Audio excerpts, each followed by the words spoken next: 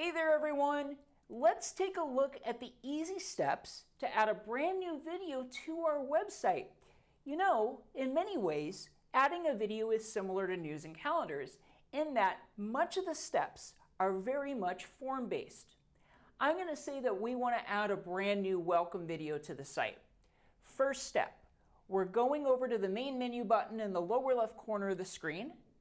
Then we go over to Photos and Multimedia and select Video Gallery. Next, we click the Upload button that's in the upper right corner. Our first step is to upload the file itself. Like many features of your site, the Video Gallery provides you with helpful information along the way. If you ever have questions about the file type that you're able to use, check this out. Go in, click what formats are supported. What's neat is that this lists out all the file types you're able to use. We'll start by clicking Choose File. I find the video I want to use. I click Open.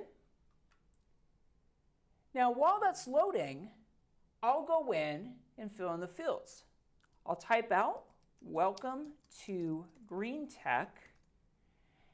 After that, I'll add some more information. I'll type out Welcome from Assistant Principal Clancy. Perfect. Something neat about the Video Gallery is that it allows you to be able to share videos across your website. What do I mean by that?